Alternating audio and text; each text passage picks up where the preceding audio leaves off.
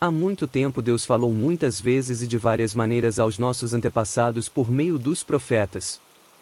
Mas nestes últimos dias falou-nos por meio do Filho, a quem constituiu herdeiro de todas as coisas e por meio de quem fez o universo. O Filho é o resplendor da glória de Deus e a expressão exata do seu ser, sustentando todas as coisas por sua palavra poderosa. Depois de ter realizado a purificação dos pecados, ele se assentou à direita da majestade nas alturas, tornando-se tão superior aos anjos quanto o nome que herdou é superior ao deles. Pois a qual dos anjos Deus alguma vez disse, Tu és meu filho, e eu hoje te gerei? E outra vez, eu serei seu pai, e ele será meu filho? E ainda, quando Deus introduz o primogênito no mundo, diz, todos os anjos de Deus o adorem. Quanto aos anjos, ele diz, ele faz dos seus anjos ventos, e dos seus servos, clarões reluzentes. Mas a respeito do Filho, diz, o teu trono, ó Deus, subsiste para todo sempre, cetro de equidade é o cetro do teu reino. Amas a justiça e odeias a iniquidade, por isso, Deus, o teu Deus, escolheu-te dentre os teus companheiros, ungindo-te com óleo de alegria.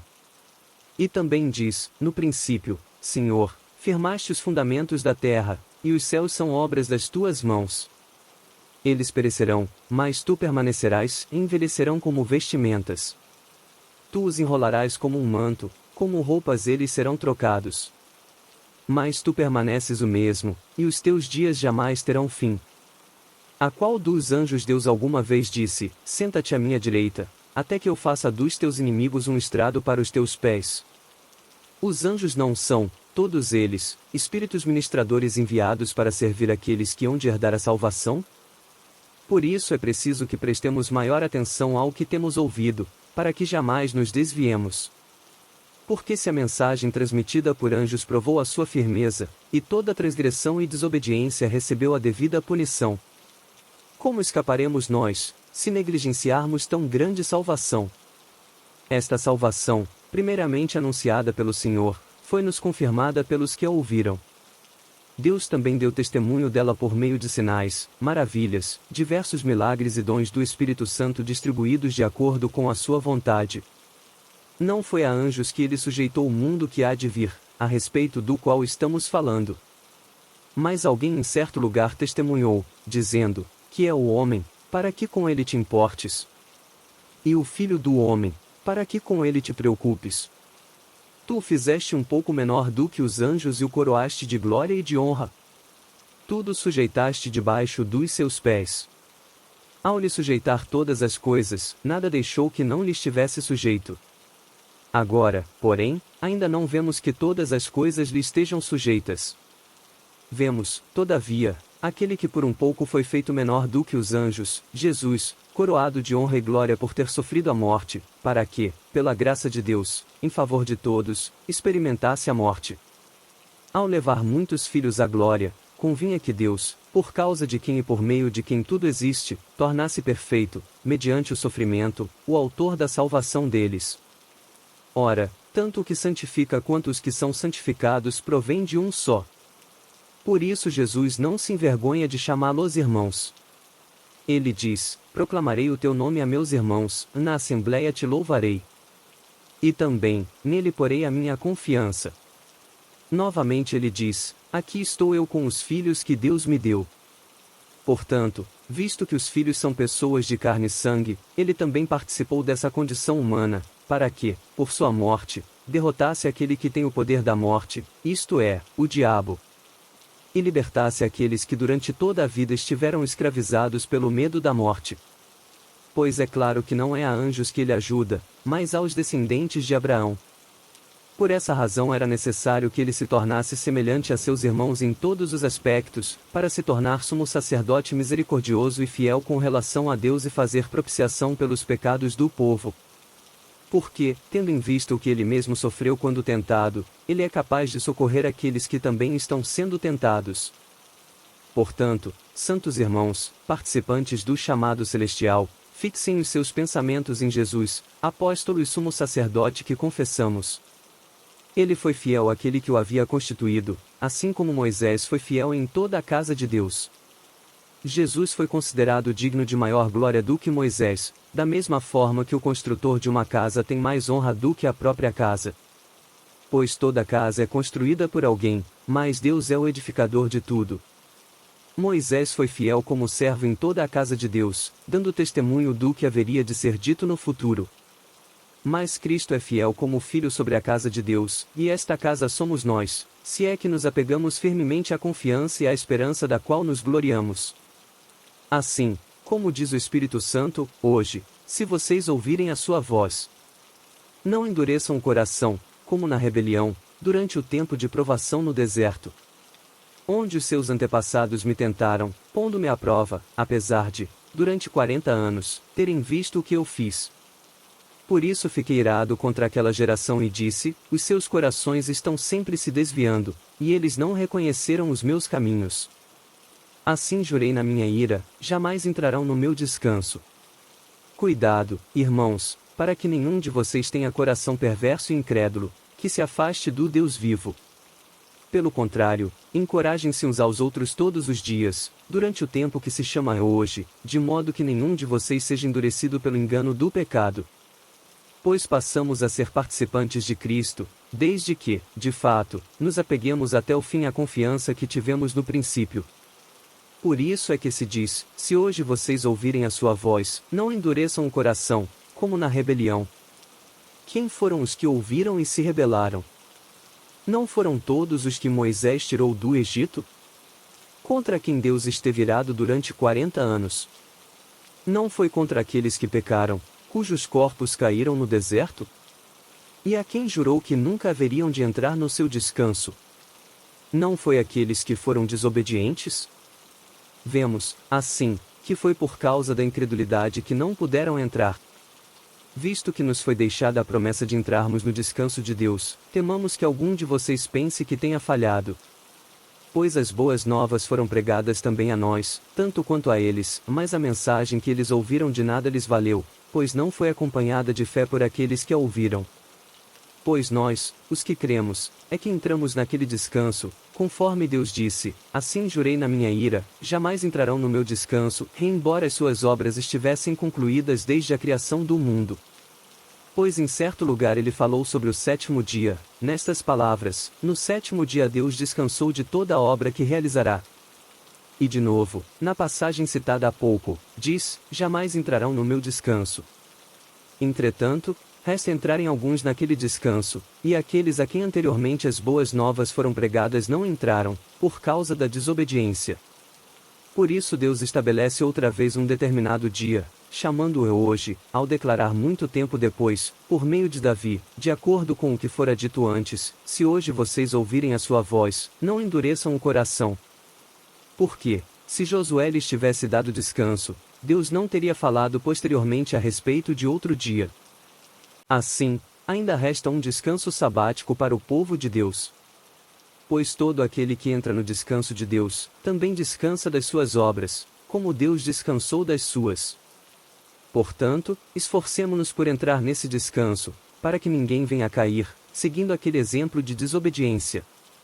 Pois a palavra de Deus é viva e eficaz, e mais afiada que qualquer espada de 2 gumes, ela penetra ao ponto de dividir alma e espírito, juntas e medulas, e julga os pensamentos e intenções do coração. Nada, em toda a criação, está oculto aos olhos de Deus. Tudo está descoberto e exposto diante dos olhos daquele a quem havemos de prestar contas. Portanto, visto que temos um grande sumo sacerdote que adentrou os céus, Jesus, o Filho de Deus, apeguemo-nos com toda a firmeza à fé que professamos. Pois não temos um sumo sacerdote que não possa compadecer-se das nossas fraquezas, mas sim alguém que, como nós, passou por todo tipo de tentação, porém, sem pecado. Assim sendo, aproximemo-nos do trono da graça com toda a confiança, a fim de recebermos misericórdia e encontrarmos graça que nos ajude no momento da necessidade. Todo sumo sacerdote é escolhido dentre os homens e designado para representá-los em questões relacionadas com Deus e apresentar ofertas e sacrifícios pelos pecados. Ele é capaz de se compadecer dos que não têm conhecimento e se desviam, visto que ele próprio está sujeito à fraqueza. Por isso ele precisa oferecer sacrifícios por seus próprios pecados, bem como pelos pecados do povo. Ninguém toma esta honra para si mesmo, mas deve ser chamado por Deus, como de fato foi Arão. Da mesma forma, Cristo não tomou para si a glória de se tornar sumo sacerdote, mas Deus lhe disse: Tu és meu filho, eu hoje te gerei. E diz noutro lugar: Tu és sacerdote para sempre, segundo a ordem de Melquisedeque. Durante os seus dias de vida na terra, Jesus ofereceu orações e súplicas, em alta voz e com lágrimas, àquele que o podia salvar da morte, sendo ouvido por causa da sua reverente submissão.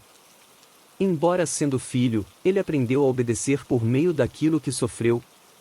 E, uma vez aperfeiçoado, tornou-se a fonte de eterna salvação para todos os que lhe obedecem. Sendo designado por Deus sumo sacerdote, segundo a ordem de Melquisedeque. Quanto a isso, temos muito que dizer, coisas difíceis de explicar, porque vocês se tornaram lentos para aprender. De fato, embora a esta altura já devessem ser mestres, vocês precisam de alguém que lhes ensine novamente os princípios elementares da palavra de Deus. Estão precisando de leite, e não de alimento sólido. Quem se alimenta de leite ainda é criança, e não tem experiência no ensino da justiça. Mas o alimento sólido é para os adultos, os quais, pelo exercício constante, tornaram-se aptos para discernir tanto o bem quanto o mal.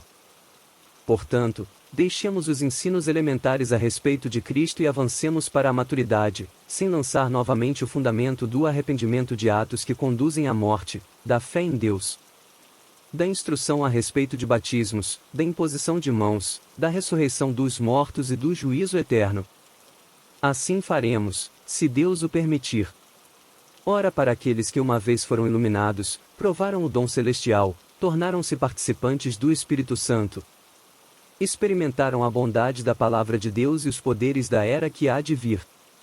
E caíram, é impossível que sejam reconduzidos ao arrependimento, pois para si mesmos estão crucificando de novo o Filho de Deus, sujeitando-o à desonra pública. Pois a terra que absorve a chuva, que cai frequentemente dá colheita proveitosa àqueles que a cultivam, recebe a bênção de Deus. Mas a terra que produz espinhos e ervas daninhas, é inútil e logo será amaldiçoada. Seu fim é ser queimada. Amados, mesmo falando dessa forma, estamos convictos de coisas melhores em relação a vocês, coisas próprias da salvação. Deus não é injusto, Ele não se esquecerá do trabalho de vocês e do amor que demonstraram por Ele, pois ajudaram os santos e continuam a ajudá-los. Queremos que cada um de vocês mostre essa mesma prontidão até o fim, para que tenham a plena certeza da esperança. De modo que vocês não se tornem negligentes, mas imitem aqueles que, por meio da fé e da paciência, recebem herança prometida. Quando Deus fez a sua promessa a Abraão, por não haver ninguém superior por quem jurar, jurou por si mesmo, dizendo: Esteja certo de que o abençoarei e farei seus descendentes numerosos. E foi assim que, depois de esperar pacientemente, Abraão alcançou a promessa. Os homens juram por alguém superior a si mesmos, e o juramento confirma o que foi dito, pondo fim a toda discussão.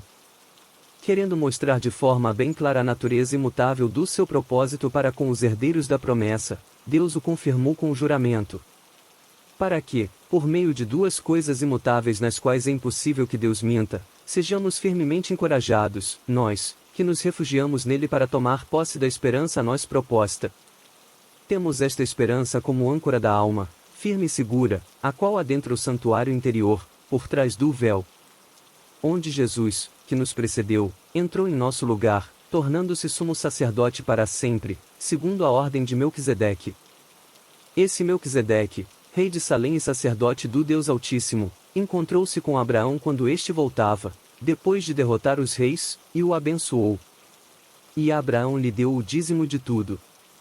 Em primeiro lugar, seu nome significa Rei de Justiça, e depois, Rei de Salém quer dizer Rei de Paz. Sem pai, sem mãe, sem genealogia, sem princípio de dias nem fim de vida, feito semelhante ao Filho de Deus, ele permanece sacerdote para sempre. Considerem a grandeza desse homem, até mesmo o patriarca Abraão lhe deu o dízimo dos despojos. A lei requer dos sacerdotes dentre os descendentes de Levi que recebam o dízimo do povo, isto é, dos seus irmãos, embora estes sejam descendentes de Abraão. Este homem, porém, que não pertencia à linhagem de Levi, recebeu os dízimos de Abraão e abençoou aquele que tinha as promessas.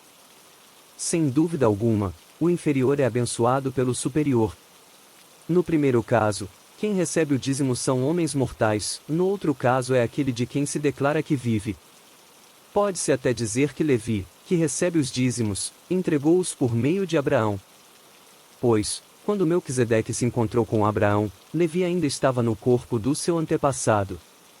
Se fosse possível alcançar a perfeição por meio do sacerdócio levítico, pois em sua vigência o povo recebeu a lei, por que haveria ainda necessidade de se levantar outro sacerdote, segundo a ordem de Melquisedeque e não de Arão?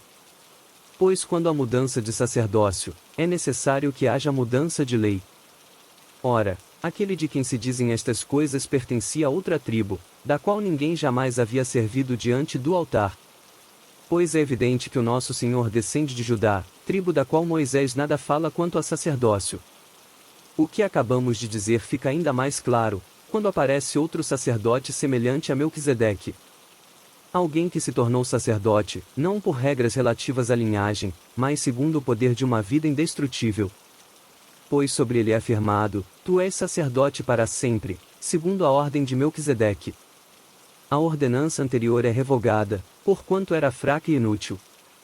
Pois a lei não havia aperfeiçoado coisa alguma, sendo introduzida uma esperança superior, pela qual nos aproximamos de Deus. E isso não aconteceu sem juramento. Outros se tornaram sacerdotes sem qualquer juramento. Mas ele se tornou sacerdote com juramento, quando Deus lhe disse, o Senhor jurou e não se arrependerá, tu és sacerdote para sempre. Jesus tornou-se, por isso mesmo, a garantia de uma aliança superior. Ora, daqueles sacerdotes tem havido muitos, porque a morte os impede de continuar em seu ofício. Mas, visto que vive para sempre, Jesus tem um sacerdócio permanente. Portanto, ele é capaz de salvar definitivamente aqueles que, por meio dele, aproximam-se de Deus, pois vive sempre para interceder por eles. É de um sumo sacerdote como este que precisávamos, santo, inculpável, puro, separado dos pecadores, exaltado acima dos céus. Ao contrário dos outros sumos sacerdotes, ele não tem necessidade de oferecer sacrifícios dia após dia, primeiro por seus próprios pecados, e depois, pelos pecados do povo. E ele fez isso de uma vez por todas quando a si mesmo se ofereceu. Pois a lei constitui sumos sacerdotes a homens que têm fraquezas, mas o juramento, que veio depois da lei, constitui o Filho, perfeito para sempre. O mais importante do que estamos tratando é que temos um sumo sacerdote como esse, o qual se assentou à direita do trono da majestade nos céus. E serve no santuário, no verdadeiro tabernáculo que o Senhor erigiu, e não o homem. Todo sumo sacerdote é constituído para apresentar ofertas e sacrifícios, e por isso era necessário que também este tivesse algo a oferecer. Se ele estivesse na terra, nem seria sumo sacerdote, visto que já existem aqueles que apresentam as ofertas prescritas pela lei. Eles servem num santuário que é cópia e sombra daquele que está nos céus, já que Moisés foi avisado quando estava para construir o tabernáculo, tenha o cuidado de fazer tudo segundo o modelo que lhe foi mostrado no monte. Agora, porém, o ministério que Jesus recebeu é superior ao deles, assim como também a aliança da qual ele é mediador é superior à antiga, sendo baseada em promessas superiores. Pois se aquela primeira aliança fosse perfeita, não seria necessário procurar lugar para outra. Deus, porém, achou o povo em falta e disse, estão chegando os dias, declara o Senhor, quando farei uma nova aliança com a comunidade de Israel e com a comunidade de Judá. Não será como a aliança que fiz com os seus antepassados quando os tomei pela mão para tirá-los do Egito, visto que eles não permaneceram fiéis à minha aliança, eu me afastei deles, diz o Senhor. Esta é a aliança que farei com a comunidade de Israel depois daqueles dias, declara o Senhor. Porei minhas leis em suas mentes e as escreverei em seus corações. Serei o Deus deles, e eles serão o meu povo. Ninguém mais ensinará ao seu próximo nem ao seu irmão, dizendo, conheça ao Senhor, porque todos eles me conhecerão, desde o menor até o maior. Porque eu lhes perdoarei a maldade e não me lembrarei mais dos seus pecados. Chamando a nova esta aliança, ele tornou antiquada a primeira, e o que se torna antiquado e envelhecido, está a ponto de desaparecer. Ora, a primeira aliança tinha regras para a adoração e também um tabernáculo terreno. Foi levantado um tabernáculo, na parte da frente, chamada Lugar Santo, estava um candelabro, a mesa e os pães da presença. Por trás do segundo véu havia a parte chamada Santo dos Santos, onde se encontrava um altar de ouro para o incenso e a arca da aliança, totalmente revestida de ouro. Nessa arca estava um vaso de ouro contendo maná, a vara de Arão que floresceu e as tábuas da aliança. Acima da arca estavam os querubins da glória, que com sua sombra cobriam a tampa da arca. A respeito dessas coisas não cabe agora falar detalhadamente. Estando tudo assim preparado, os sacerdotes entravam regularmente no lugar santo do tabernáculo, para exercer o seu ministério. No entanto, somente o sumo sacerdote entrava no Santo dos Santos, apenas uma vez por ano, e nunca sem apresentar o sangue do sacrifício, que ele oferecia por si mesmo e pelos pecados que o povo havia cometido por ignorância. Dessa forma, o Espírito Santo estava mostrando que ainda não havia sido manifestado o caminho para o Santo dos Santos enquanto ainda permanecia o primeiro tabernáculo. Isso é uma ilustração para os nossos dias, indicando que as ofertas e os sacrifícios oferecidos não podiam dar ao adorador uma consciência perfeitamente limpa. Eram apenas prescrições que tratavam de comida e bebida e de várias cerimônias de purificação com água. Essas ordenanças exteriores foram impostas até o tempo da nova ordem. Quando Cristo veio como sumo sacerdote dos benefícios agora presentes, ele adentrou o maior e mais perfeito tabernáculo, não feito pelo homem, isto é, não pertencente a esta criação.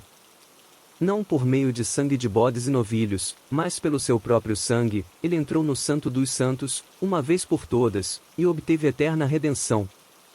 Ora, se o sangue de bodes e touros e as cinzas de uma novilha espalhadas sobre os que estão cerimonialmente impuros os santificam de forma que se tornam exteriormente puros, quanto mais, então, o sangue de Cristo, que pelo Espírito Eterno se ofereceu de forma imaculada a Deus, purificará a nossa consciência de atos que levam à morte, de modo que sirvamos ao Deus vivo. Por essa razão, Cristo é o mediador de uma nova aliança para que os que são chamados recebam a promessa da herança eterna, visto que ele morreu como resgate pelas transgressões cometidas sob a primeira aliança. No caso de um testamento, é necessário que comprove a morte daquele que o fez, pois um testamento só é validado no caso de morte, uma vez que nunca vigora enquanto está vivo aquele que o fez. Por isso, nem a primeira aliança foi sancionada sem sangue. Quando Moisés terminou de proclamar todos os mandamentos da lei a todo o povo, levou sangue de novilhos e de bodes, juntamente com água, lã vermelha e ramos de sopo, e aspergiu o próprio livro e todo o povo, dizendo: Este é o sangue da aliança que Deus ordenou que vocês obedeçam. Da mesma forma, aspergiu com o sangue o tabernáculo e todos os utensílios das suas cerimônias. De fato, segundo a lei, quase todas as coisas são purificadas com sangue, e sem derramamento de sangue não há perdão. Portanto, era necessário que as cópias das coisas que estão nos céus fossem purificadas com esses sacrifícios, mas as próprias coisas celestiais com sacrifícios superiores. Pois Cristo não entrou em santuário feito por homens, uma simples representação do verdadeiro, ele entrou no próprio céu, para agora se apresentar diante de Deus em nosso favor. Não, porém, para se oferecer repetidas vezes à semelhança do sumo sacerdote que entra no Santo dos Santos todos os anos, com sangue alheio. Se assim fosse, Cristo precisaria sofrer muitas vezes, desde o começo do mundo. Mas agora ele apareceu uma vez por todas no fim dos tempos, para aniquilar o pecado mediante o sacrifício de si mesmo. Da mesma forma, como o homem está destinado a morrer uma só vez e depois disso enfrentar o juízo, assim também Cristo foi oferecido em sacrifício uma única vez, para tirar os pecados de muitos, e aparecerá segunda vez, não para tirar o pecado, mas para trazer salvação aos que o aguardam. A lei traz apenas uma sombra dos benefícios que hão de vir, e não a realidade dos mesmos. Por isso ela nunca consegue, mediante os mesmos sacrifícios repetidos ano após ano, aperfeiçoar os que se aproximam para adorar.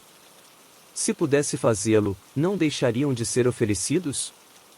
Pois os adoradores, tendo sido purificados uma vez por todas, não mais se sentiriam culpados de seus pecados.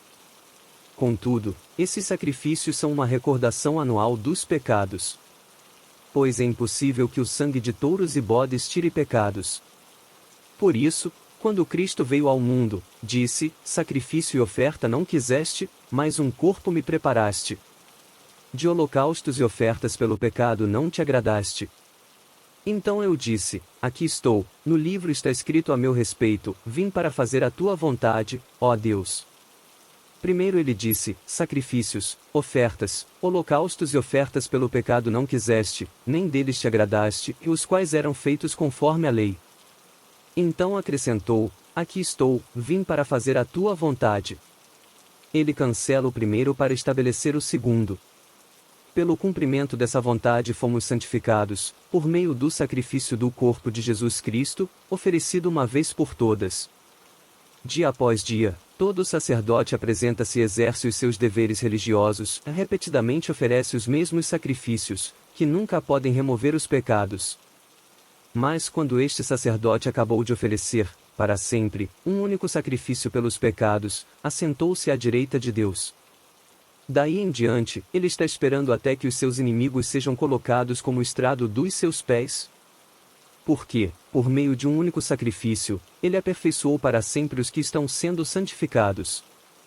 O Espírito Santo também nos testifica a este respeito. Primeiro ele diz: esta é a aliança que farei com eles, depois daqueles dias, diz o Senhor. Porei as minhas leis em seus corações e as escreverei em suas mentes. E acrescenta: dos seus pecados e iniquidades não me lembrarei mais. Onde essas coisas foram perdoadas, não há mais necessidade de sacrifício pelo pecado. Portanto, irmãos, temos plena confiança para entrar no Santo dos Santos pelo sangue de Jesus. Por um novo e vivo caminho que ele nos abriu por meio do véu, isto é, do seu corpo. Temos, pois, um grande sacerdote sobre a casa de Deus. Sendo assim, aproximemo-nos de Deus com um coração sincero e com plena convicção de fé, tendo os corações aspergidos para nos purificar de uma consciência culpada e tendo os nossos corpos lavados com água pura. Apeguemo-nos com firmeza à esperança que professamos, pois aquele que prometeu é fiel. E consideremo-nos uns aos outros para incentivar-nos ao amor e às boas obras.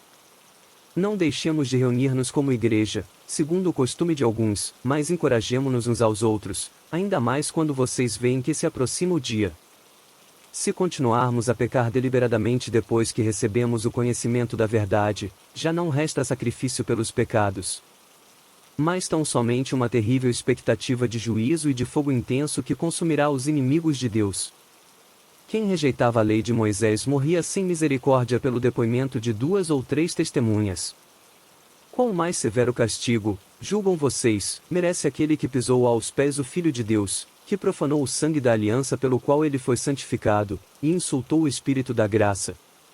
Pois conhecemos aquele que disse: a mim pertence a vingança, eu retribuirei, e outra vez, o Senhor julgará o seu povo. Terrível coisa é cair nas mãos do Deus vivo. Lembrem-se dos primeiros dias, depois que vocês foram iluminados, quando suportaram muita luta e muito sofrimento. Algumas vezes vocês foram expostos a insultos e tribulações, em outras ocasiões fizeram-se solidários com os que assim foram tratados. Vocês se compadeceram dos que estavam na prisão e aceitaram alegremente o confisco dos próprios bens, pois sabiam que possuíam bens superiores e permanentes. Por isso, não abra mão da confiança que vocês têm, ela será ricamente recompensada. Vocês precisam perseverar, de modo que, quando tiverem feito a vontade de Deus, recebam o que ele prometeu. Pois em breve, muito em breve aquele que vem virá, e não demorará. Mas o meu justo viverá pela fé. E, se retroceder, não me agradarei dele. Nós, porém, não somos dos que retrocedem e são destruídos, mas dos que creem e são salvos. Ora, a fé é a certeza daquilo que esperamos e a prova das coisas que não vemos. Pois foi por meio dela que os antigos receberam bom testemunho. Pela fé entendemos que o universo foi formado pela palavra de Deus, de modo que o que se vê não foi feito do que é visível. Pela fé Abel ofereceu a Deus um sacrifício superior ao de Caim. Pela fé ele foi reconhecido como justo, quando Deus aprovou as suas ofertas. Embora esteja morto, por meio da fé ainda fala.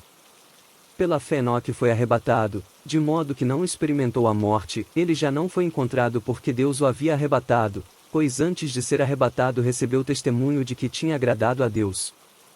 Sem fé é impossível agradar a Deus, pois quem dele se aproxima precisa crer que ele existe e que recompensa aqueles que o buscam. Pela fé Noé, quando avisado a respeito de coisas que ainda não se viam, movido por santo temor, construiu uma arca para salvar sua família. Por meio da fé ele condenou o mundo e tornou-se herdeiro da justiça que é segundo a fé. Pela fé Abraão, quando chamado, obedeceu e dirigiu-se a um lugar que mais tarde receberia como herança, embora não soubesse para onde estava indo. Pela fé peregrinou na terra prometida como se estivesse em terra estranha, viveu em tendas, bem como Isaque e Jacó, co-herdeiros da mesma promessa. Pois ele esperava a cidade que tem alicerces, cujo arquiteto e edificador é Deus. Pela fé, Abraão, e também a própria Sara, apesar de estéril e avançado em idade, recebeu poder para gerar um filho, porque considerou fiel aquele que lhe havia feito a promessa. Assim, daquele homem já sem vitalidade originaram-se descendentes tão numerosos como as estrelas do céu e tão incontáveis como a areia da praia do mar. Todos estes ainda viveram pela fé, e morreram sem receber o que tinha sido prometido, viram-nas de longe e de longe as saudaram, reconhecendo que eram estrangeiros e peregrinos na terra. Os que assim falam mostram que estão buscando uma pátria. Se estivessem pensando naquela de onde saíram, teriam oportunidade de voltar. Em vez disso, esperavam eles uma pátria melhor, isto é, a pátria celestial. Por essa razão Deus não se envergonha de ser chamado o Deus deles, pois preparou-lhes uma cidade. Pela fé Abraão, quando Deus o pôs à prova, ofereceu Isaque como sacrifício. Aquele que havia recebido as promessas estava a ponto de sacrificar o seu único filho. Embora Deus lhe tivesse dito, por meio de Isaque a sua descendência será considerada. Abraão levou em conta que Deus pode ressuscitar os mortos, e, figuradamente, recebeu Isaque de volta dentre os mortos. Pela fé Isaque abençoou Jacó e Esaú com respeito ao futuro deles. Pela fé Jacó, à beira da morte, abençoou cada um dos filhos de José e adorou a Deus, apoiado na extremidade do seu bordão. Pela fé José, no fim da vida, fez menção do êxodo dos israelitas do Egito e deu instruções acerca dos seus próprios ossos. Pela fé Moisés, recém-nascido, foi escondido durante 3 meses por seus pais, pois estes viram que ele não era uma criança comum, e não temeram o decreto do rei. Pela fé Moisés, já adulto, recusou ser chamado filho da filha do faraó, preferindo ser maltratado com o povo de Deus a desfrutar os prazeres do pecado durante algum tempo. Por amor de Cristo, considerou a desonra riqueza maior do que os tesouros do Egito, porque contemplava a sua recompensa. Pela fé saiu do Egito, não temendo a ira do rei, e perseverou, porque via aquele que é invisível. Pela fé celebrou a Páscoa e fez a aspersão do sangue, para que o destruidor não tocasse nos fios mais velhos dos israelitas. Pela fé o povo atravessou o Mar Vermelho como em terra seca, mas, quando os egípcios tentaram fazê-lo, morreram afogados. Pela fé caíram os muros de Jericó, depois de serem rodeados durante 7 dias. Pela fé a prostituta Raabe, por ter acolhido os espiões, não foi morta com os que haviam sido desobedientes. Que mais direi? Não tenho tempo para falar de Gideão, Baraque, Sansão, Jefté, Davi, Samuel e os profetas, os quais pela fé conquistaram reinos, praticaram a justiça, alcançaram o cumprimento de promessas, fecharam a boca de leões, apagaram o poder do fogo e escaparam do fio da espada, da fraqueza tiraram força, tornaram-se poderosos na batalha e puseram em fuga exércitos estrangeiros. Houve mulheres que, pela ressurreição, tiveram de volta os seus mortos. Alguns foram torturados e recusaram ser libertados, para poderem alcançar uma ressurreição superior.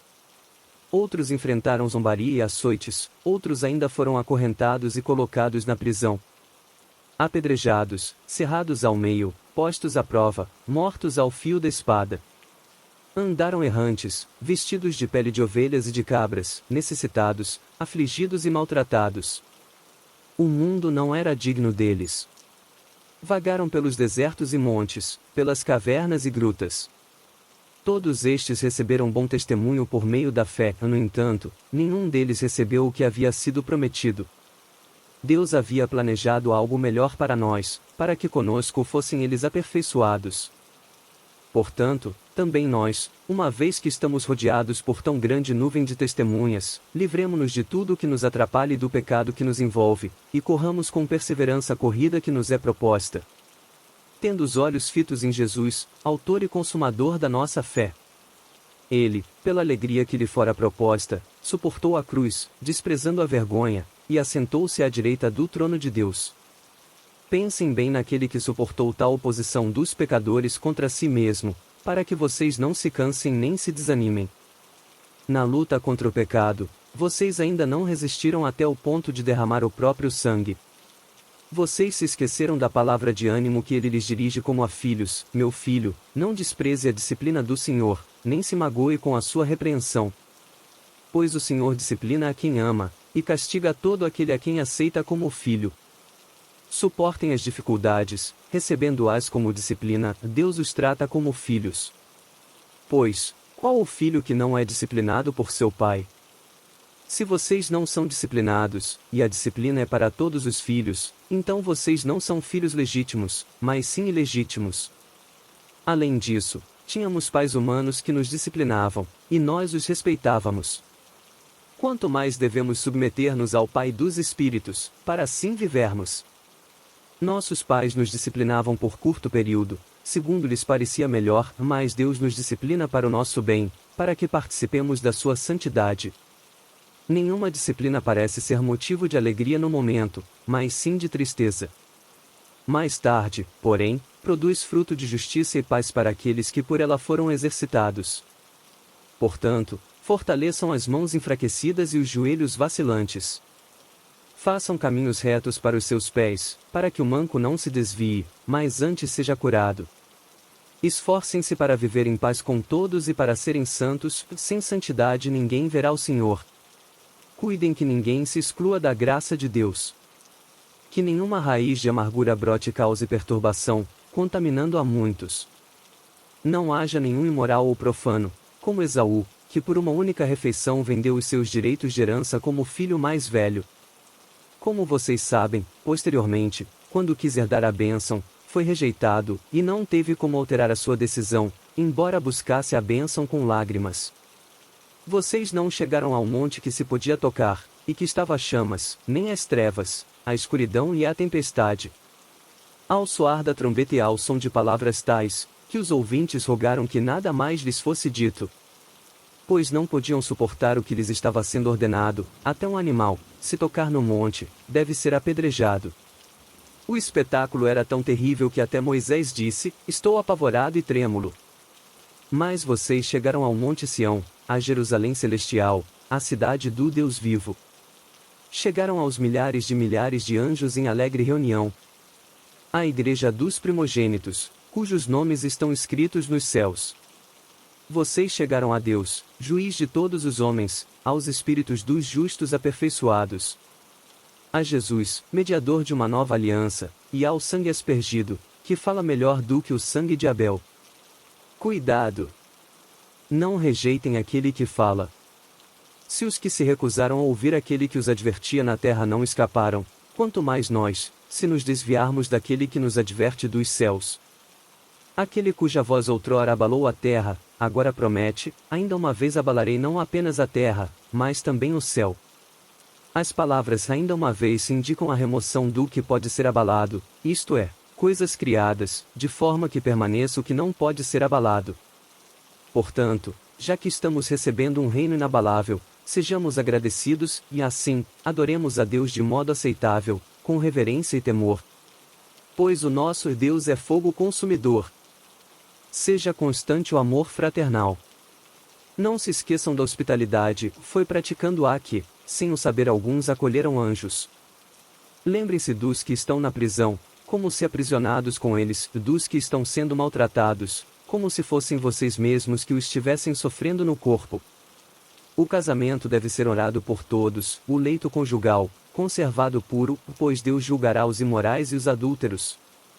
Conservem-se livres do amor ao dinheiro e contentem-se com o que vocês têm, porque Deus mesmo disse: nunca o deixarei, nunca o abandonarei. Podemos, pois, dizer com confiança: o Senhor é o meu ajudador, não temerei. O que me podem fazer os homens? Lembrem-se dos seus líderes, que lhes falaram a palavra de Deus. Observem bem o resultado da vida que tiveram e imitem a sua fé. Jesus Cristo é o mesmo, ontem, hoje e para sempre. Não se deixem levar pelos diversos ensinos estranhos. É bom que o nosso coração seja fortalecido pela graça, e não por alimentos cerimoniais, os quais não têm valor para aqueles que os comem. Nós temos um altar do qual não tem direito de comer os que ministram no tabernáculo. O sumo sacerdote leva sangue de animais até o Santo dos Santos, como oferta pelo pecado, mas os corpos dos animais são queimados fora do acampamento. Assim, Jesus também sofreu fora das portas da cidade, para santificar o povo por meio do seu próprio sangue. Portanto, saiamos até ele, fora do acampamento, suportando a desonra que ele suportou. Pois não temos aqui nenhuma cidade permanente, mas buscamos a que há de vir. Por meio de Jesus, portanto, ofereçamos continuamente a Deus um sacrifício de louvor, que é fruto de lábios que confessam o seu nome. Não se esqueçam de fazer o bem e de repartir com os outros o que vocês têm, pois de tais sacrifícios Deus se agrada. Obedeçam aos seus líderes e submetam-se à autoridade deles. Eles cuidam de vocês como quem deve prestar contas. Obedeçam-lhes, para que o trabalho deles seja uma alegria e não um peso, pois isso não seria proveitoso para vocês. Orem por nós. Estamos certos de que temos consciência limpa, e desejamos viver de maneira honrosa em tudo. Particularmente recomendo-lhes que orem para que eu lhes seja restituído em breve. O Deus da paz, que pelo sangue da aliança eterna trouxe de volta dentre os mortos a nosso Senhor Jesus, o grande pastor das ovelhas, os aperfeiçoe em todo o bem para fazerem a vontade dele, e opere em nós o que lhe é agradável, mediante Jesus Cristo, a quem seja glória para todos sempre. Amém. Irmãos, peço-lhes que suportem a minha palavra de exortação, na verdade o que eu lhes escrevi é pouco. Quero que saibam que o nosso irmão Timóteo foi posto em liberdade. Se ele chegar logo, irei vê-los com ele. Saúdem a todos os seus líderes e a todos os santos. Os da Itália lhes enviam saudações. A graça seja com todos vocês.